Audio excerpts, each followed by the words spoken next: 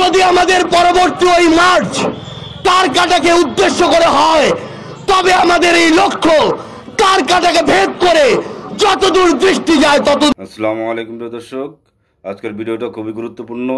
Video শেষে গুরুত্বপূর্ণ আলোচনা করা হবে। চলুন সরাসরি ভিডিওতে।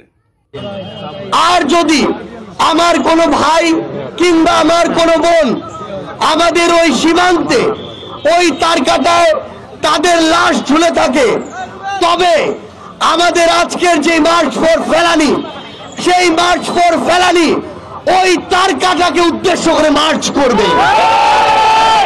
আর যদি আমাদের পরবর্তী ওই মার্চ তার কাটাকে উদ্দেশ্য করে হয়, তবে আমাদের এই লক্ষ্য তার কাটাকে ভেদ করে যতদূর দৃষ্টি যায় ততদূর যাবে।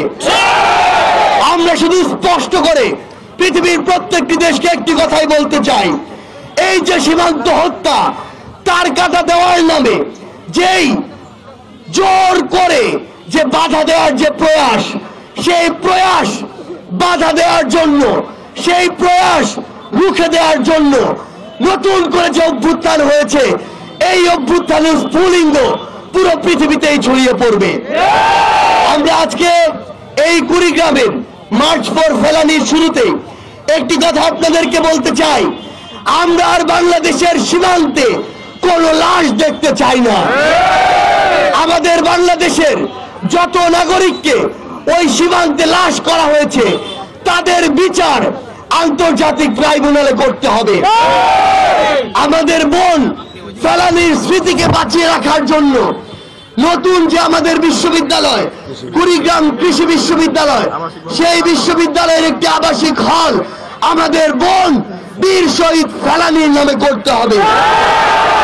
আমাদের সীমান্তে যে মরণঘাতী অস্ত্রগুলো ব্যবহার করা হয়, চুক্তির মাধ্যমে সকল প্রকার মরণঘাতী অস্ত্র ব্যবহার নিষিদ্ধ করতে হবে। আমরা স্পষ্ট করে বলতে চাই, আগামীর বাংলাদেশের এই যে ছাত্র জনতা, যেই ছাত্র জনতা অভ্যুত্থান করে নতুন বাংলাদেশ দিয়েছে, সেই ছাত্র জনতা আর কোনদিন নতজানু পররাষ্ট্রনীতি মেনে নিবে না। আমরা স্পষ্ট করে আগামীর তরুণ প্রজন্মের ছাত্র জনতার প্রতিনিধি হিসেবে বাংলাদেশের যারাই ক্ষমতাতে আসুক না কেন, তাদেরকে শুধু একটি কথাই বলতে চাই, ক্ষমতাকে আঁকড়ে ধরার জন্য আপনাদের মধ্যে কেউ যদি কোন দেশের কিংবা কোন গোষ্ঠীর দালাল হন, তবে আপনাদের পরিণতি ওই খুনি হাসিনার মতোই হবে।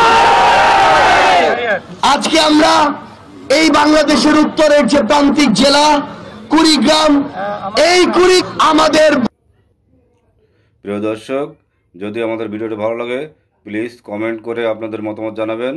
প্রত্যেকে ভালো থাকবেন। আল্লাহ।